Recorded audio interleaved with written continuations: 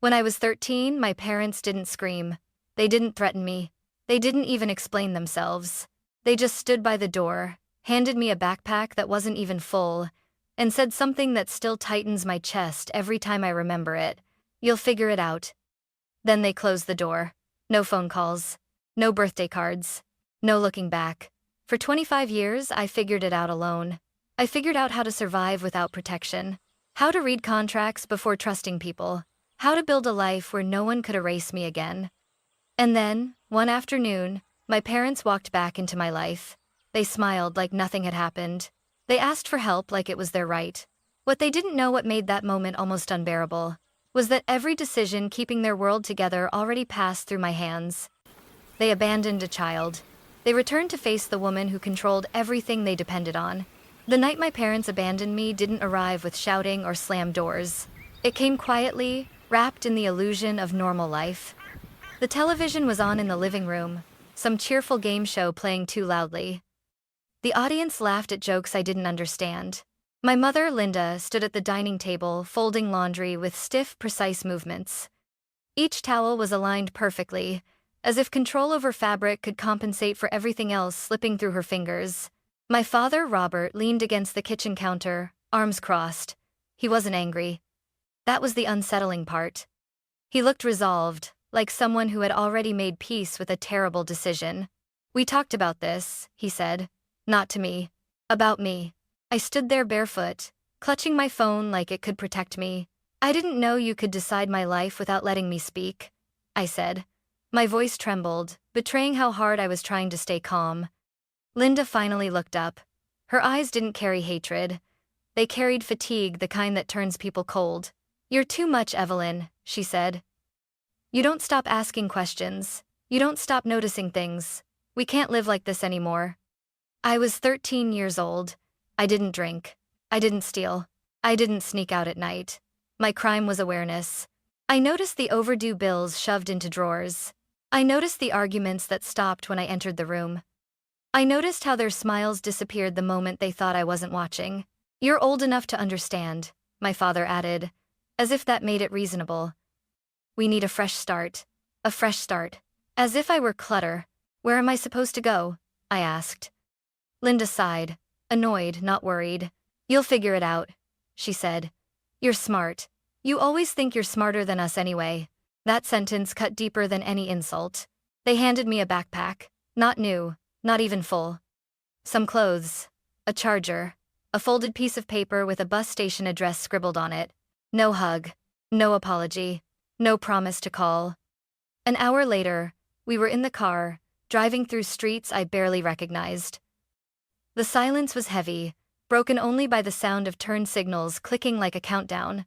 When we stopped, I realized where we were. A bus station. The lights flickered. The air smelled like oil and old coffee. My father pulled my bag from the trunk and set it down beside me. "This is where you get off," he said. I waited. I didn't know for what. Maybe for panic. Maybe for guilt. Neither came. "You'll be fine," Linda said, already opening her door. "Just don't make this harder than it needs to be." And then they left. I stood there, watching their taillights disappear into traffic, my chest tight with a confusion so sharp it felt physical. I wasn't crying, not yet. I was still trying to understand how parents could walk away so cleanly. That was when it hit me. They hadn't just abandoned me. They had released themselves. I wasn't a daughter to them anymore. I was a liability they had decided to remove. That night, sitting alone on a cold bench with my backpack pressed against my chest, I learned a truth that would shape everything that came after. Some people don't stop loving you because you did something wrong. They stop because loving you requires responsibility. And responsibility was something my parents had quietly decided they no longer wanted. The first night after my parents left me, I didn't feel brave. I felt invisible. The bus station closed at midnight. A security guard told me I couldn't stay. His voice wasn't cruel, just indifferent. That was my first real lesson about the world. Most harm doesn't come from hatred. It comes from people following rules that were never written with you in mind. I walked until my feet hurt. I counted my money twice, then 3 times, hoping the numbers would change. They didn't. For weeks, my life became a rotation of borrowed spaces, friends' couches, corners of places that asked no questions as long as I stayed quiet. I learned how to make myself small. How to say, thank you, without asking for more. How to smile in a way that reassured adults I wouldn't become their problem. School became optional. Survival didn't. I stopped expecting kindness and started watching patterns instead. Who helped, and why? Who looked away? Who demanded something in return? I didn't know it then, but I was studying leverage long before I learned the word for it. Everything changed the day I met Margaret Collins. She was sitting behind a folding table at a community center, surrounded by pamphlets no one wanted. Free legal aid, the sign said. I almost walked past her. Lawyers belong to people with money, not girls with backpacks and no address. But she looked up and met my eyes. You look like someone who's been blamed for things that weren't your fault, she said. I froze. That was the first time an adult hadn't tried to fix me, lecture me, or send me somewhere else. She didn't ask where my parents were. She didn't ask why I was alone. She asked, do you want sympathy or do you want control? I didn't answer right away. No one had ever framed life as a choice like that before. I want to understand, I said finally. Margaret smiled. Not warmly, intentionally. She taught me how systems protected some people and punished others without ever announcing it. She showed me case files where children disappeared legally, simply because no one challenged the paperwork.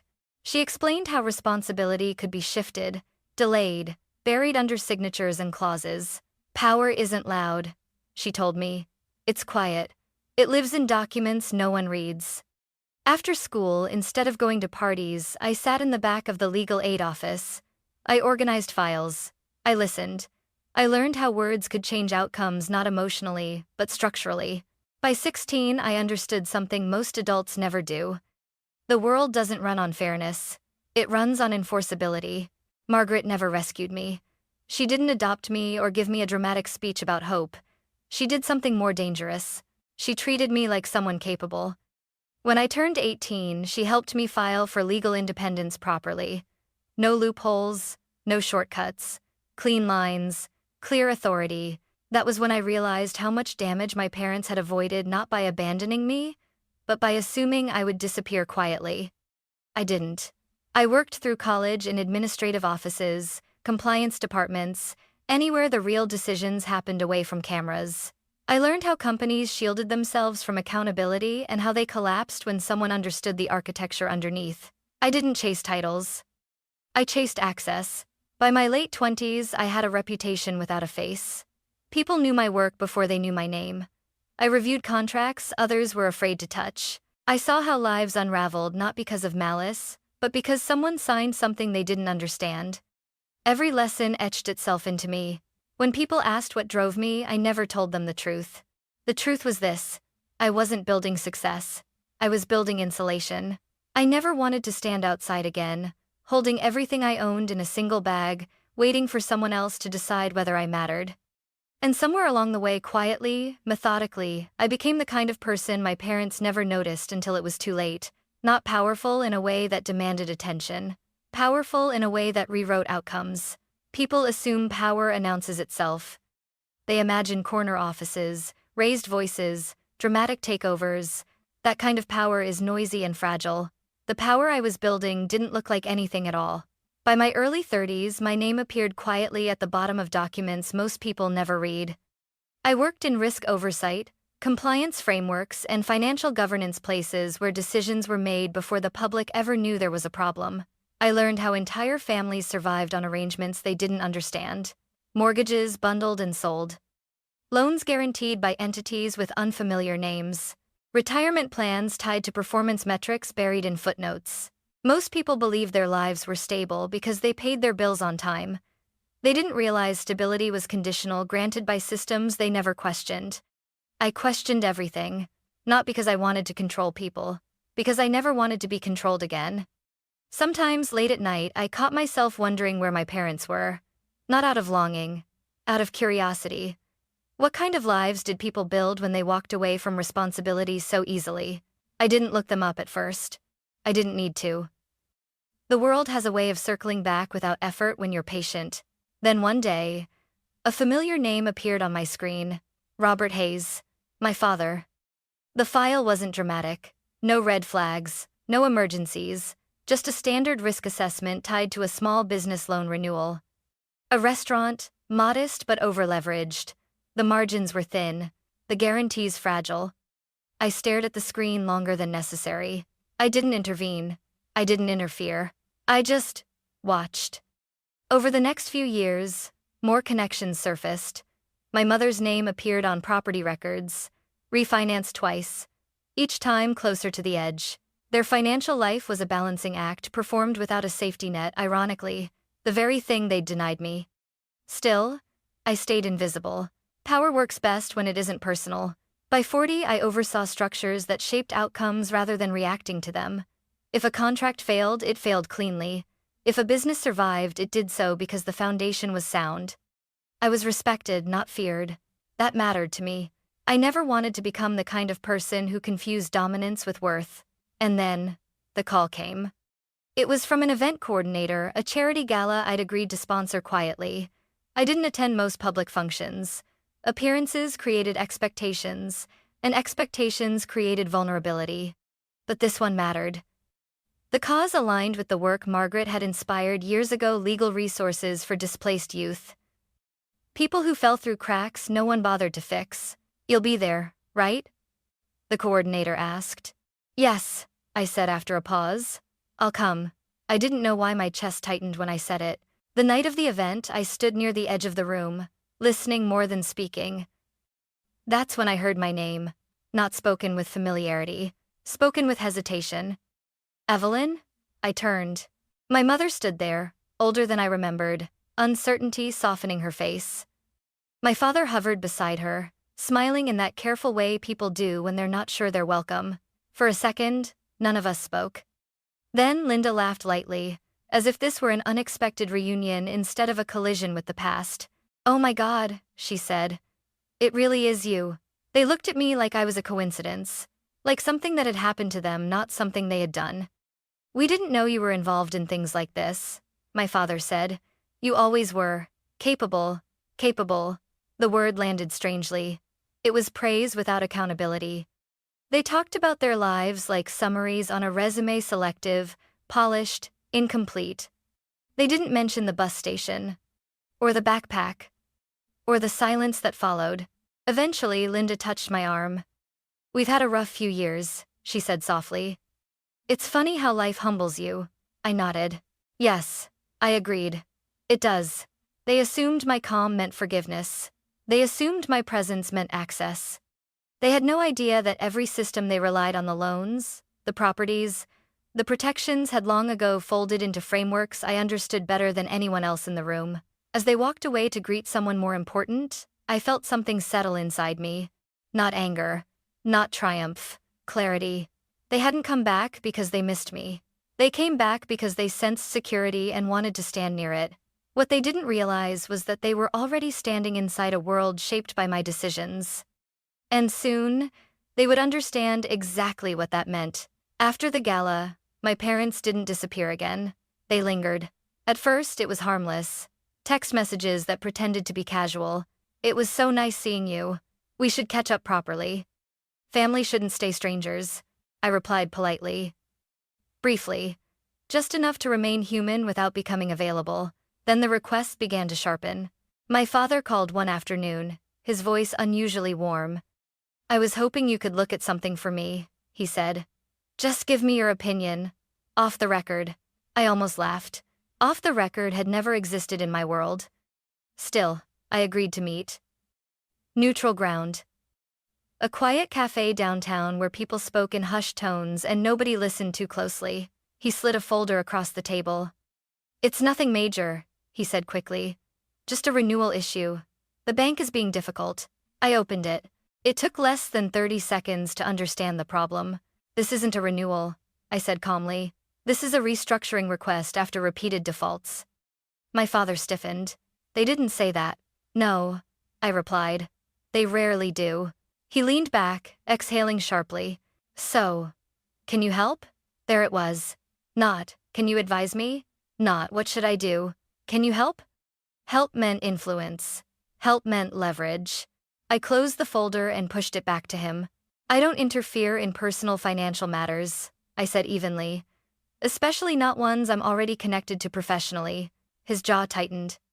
I'm not asking you to break rules, he said. Just make a call. You know how things work. I looked at him carefully then. For the first time, I saw fear behind his confidence. Not fear of failure, but fear of exposure. Of being seen without the armor he'd worn his entire life. I do know how things work, I said. That's why I won't do this. He left disappointed. Not angry yet. That came later. My mother took a different approach. She invited me to dinner. Her house was smaller than I remembered. Still neat, still carefully curated. She served food she knew I liked, as if taste could substitute for memory. You've done well for yourself, she said softly, pouring wine. We always knew you would. I didn't correct her. Linda sighed dramatically. We're not asking for much, she said. Just guidance. You're in these circles now. We don't understand this world. I studied her face, the same woman who had handed me a backpack and called it independence. You didn't seem confused when you left me at a bus station, I said quietly. The room went still. That was different, she said after a moment. You were young. We were overwhelmed. I nodded. And now you're overwhelmed again. She reached across the table, touching my hand. We're your parents, Evelyn. Doesn't that count for something? I pulled my hand back gently. It counts, I said. Just not the way you think. If it create 9. After that night, the tone shifted. They stopped pretending this was about reconnection. It was about survival. They began referencing my work openly, dropping my name in conversations, hinting at connections they didn't have. They assumed proximity to me equaled protection. That was their mistake. One afternoon, I received an internal alert. A familiar address flagged under risk review. My parents' house. The mortgage had been refinanced again. The equity was gone. The margins unsustainable. It wasn't dramatic, just inevitable. I sat alone in my office, staring at the screen, feeling something unexpected. Not satisfaction. Grief. Not for them, but for the child I had been who once believed parents were permanent. That night, my father called. His voice cracked. They're moving forward with enforcement, he said. We don't have time. You have to help us. I closed my eyes. Help how? I asked. Stop it, he said. Delay it. Do something. I stood by the window, watching the city lights flicker like distant stars. Do you know what you're asking me to do? I said softly. You're asking me to protect you from consequences you've been avoiding your entire life. Silence. We raised you, my mother said in the background. I exhaled slowly. No, I replied. You didn't. They expected an emotional argument. A scream. A breakdown. They didn't get one. I will meet with you, I said instead. All of you. One meeting. With full transparency. Relief flooded their voices. They thought they had won. What they didn't understand was that transparency cuts both ways. And once everything was on the table, there would be no hiding from the truth they had spent decades outrunning. We met in a conference room my parents had never noticed before. Not because it was hidden, but because people like them never looked past the lobby. The glass walls were clear. No dramatic skyline. No luxury signals. Just a long table, a screen at one end, and a stack of neatly arranged folders at the center. My mother sat stiffly, hands folded too tightly in her lap. My father paced until the last second, then dropped into a chair with forced confidence. This doesn't have to be so formal, he said.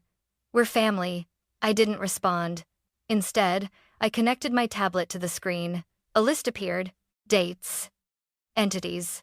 Numbers. Linda frowned. What is this? This, I said evenly, is the full picture you've never wanted to see. They exchanged a look. You said you'd help, my father said. I said I'd be transparent. I replied. That's different. I clicked to the first slide. Their restaurant loan.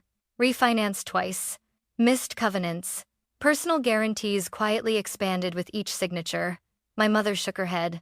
No, that's not right. We were told everything was stable. You were told everything was delayed, I said. Stability requires cash flow. You've been operating on borrowed time. My father leaned forward. So what? Every business borrows.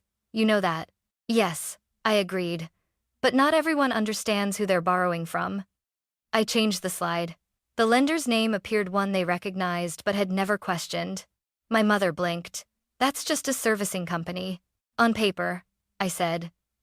In reality, it's a subsidiary within a structure I oversee. The silence that followed wasn't dramatic. It was hollow. You're saying, my father began. I'm saying you've been negotiating with systems you assumed were faceless. I finished. They weren't. My mother's voice rose. So you've been watching us? Waiting for us to fail? I looked at her carefully. No, I said. I've been doing my job. She stood abruptly. This is unbelievable. You let us struggle when you could have helped. I didn't raise my voice. You struggled because you refused to adjust, I said. Because you kept pretending appearances mattered more than reality. She laughed sharply, on the edge of hysteria. You're enjoying this. I paused. That was the moment I realized they didn't understand me at all. This isn't about enjoyment, I said quietly. It's about accuracy. I slid the folders toward them. Inside were timelines. Clear, unembellished. Each decision they'd made mapped to consequences they'd ignored. My father flipped through the pages faster and faster. This can't be legal, he said. You can't just— Everything here is compliant, I interrupted. Reviewed, audited, enforced. My mother's hands trembled. So what happens now? She asked. That was the question they should have asked 25 years ago.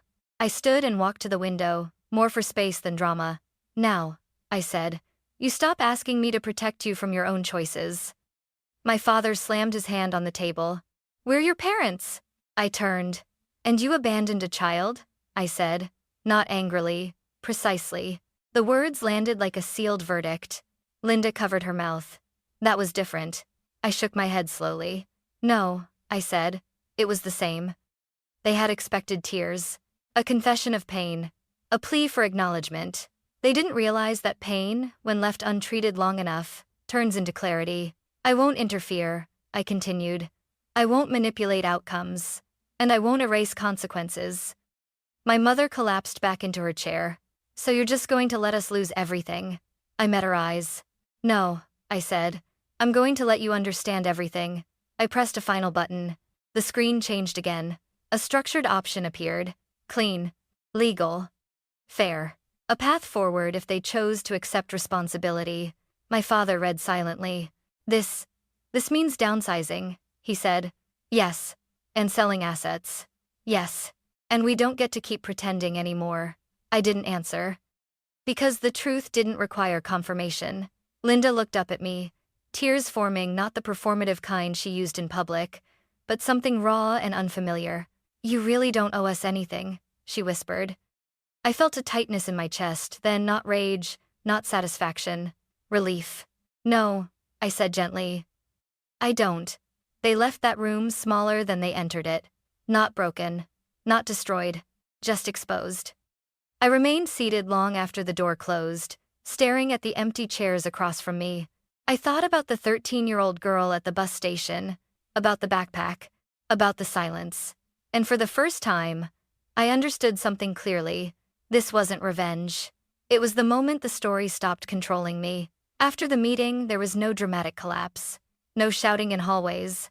No desperate messages flooding my phone. Just silence. The kind of silence that arrives when people finally understand there is nothing left to negotiate. For a while, I expected to feel victorious.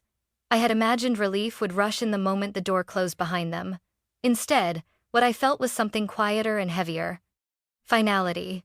The systems did what systems always do when reality catches up. They moved forward. Notices were issued. Timelines adjusted. Options narrowed. My parents downsized within weeks. Not because anyone forced them to, but because the math no longer allowed fantasy. The restaurant was sold, not seized. Sold, cleanly, legally. They moved into a smaller place in a neighborhood they once dismissed as temporary. No humiliation, no spectacle, just consequence. Friends stopped calling them. Not because of scandal, but because there was nothing impressive left to attach themselves to. Without the image, the circle thinned quickly. I watched all of this from a distance. That mattered to me. Power doesn't need proximity to be effective. One evening, my mother called. I almost didn't answer. Evelyn, she said quietly, without pretense. I don't know how to talk to you anymore.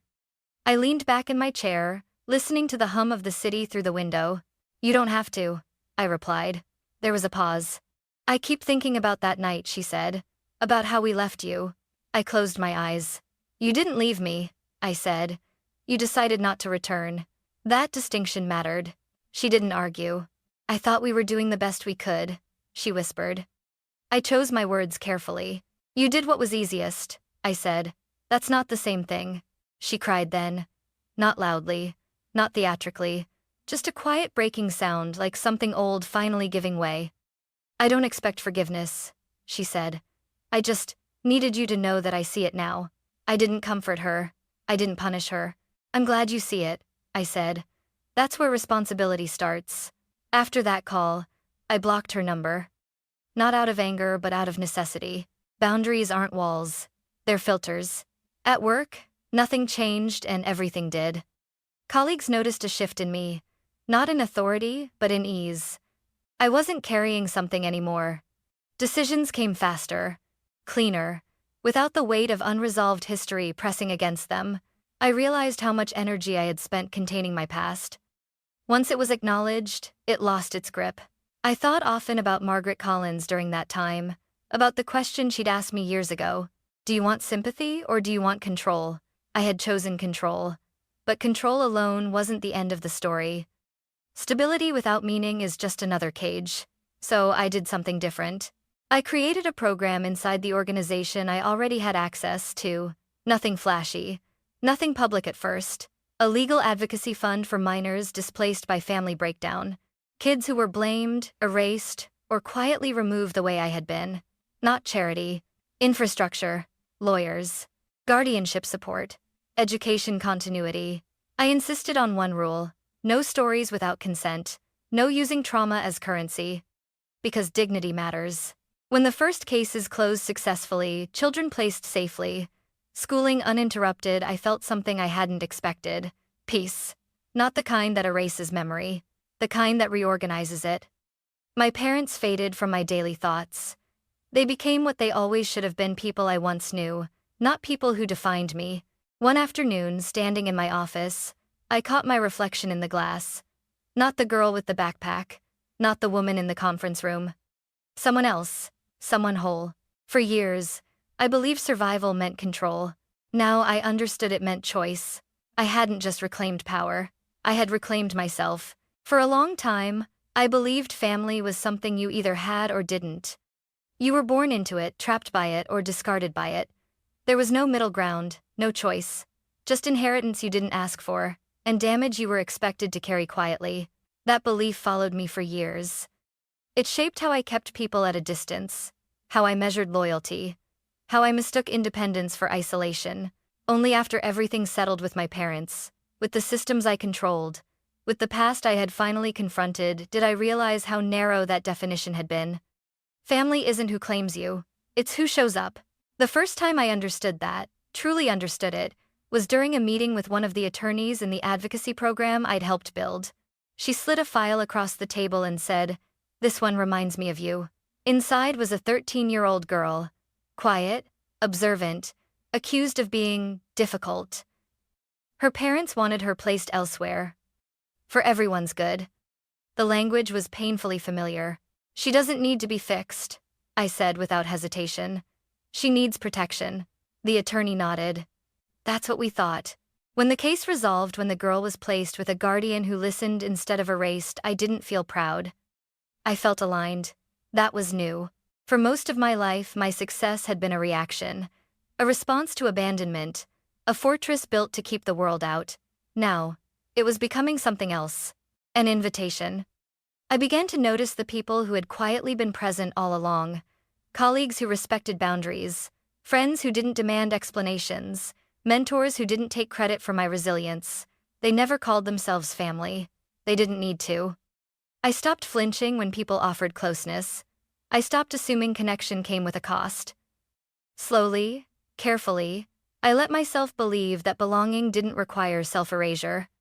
One evening, after a long day, I sat alone in my apartment and realized something startling. I felt safe. Not because I was untouchable. Not because I controlled outcomes. but because I trusted myself to walk away from what harmed me. That trust had taken decades to earn. My parents existed somewhere on the edges of my awareness, like a chapter already read and shelved. I no longer rehearsed conversations with them in my head. I no longer imagined what I might say if we met again. Closure, I learned, isn't a moment, it's a pattern. It's the absence of urgency, the silence that no longer aches.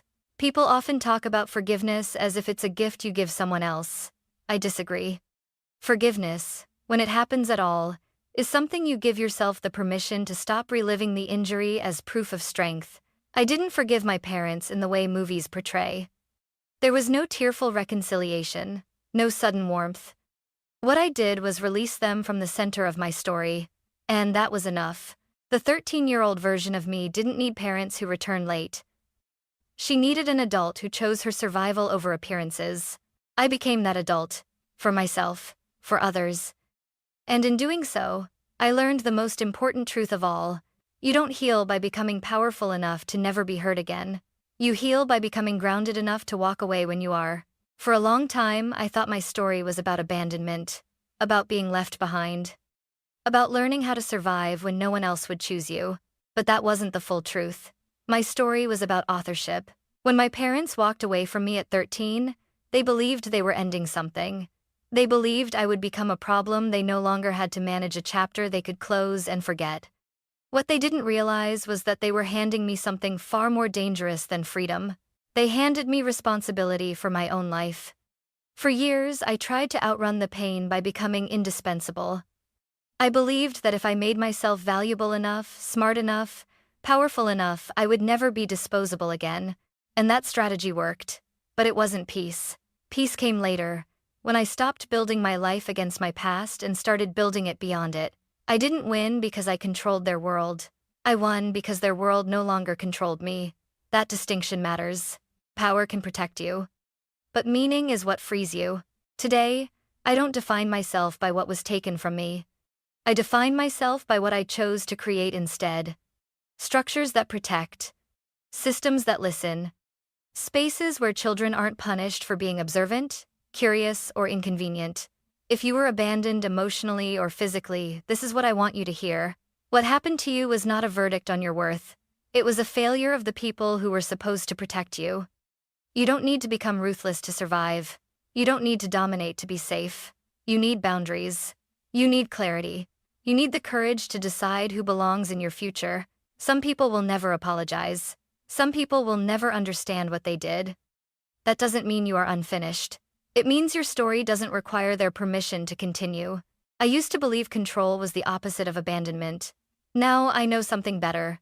Choice is what turns survival into stability. Stability into purpose. Purpose into peace. My parents abandoned a 13-year-old girl. 25 years later, they learned something I wish they had known sooner. You can walk away from a child, but you can't outrun the person they become. And if you're listening to this while building your life from the ground up quietly, stubbornly, without applause, remember this. You are not late. You are not broken. You are not invisible. You are writing your story. And this time, you hold the pen.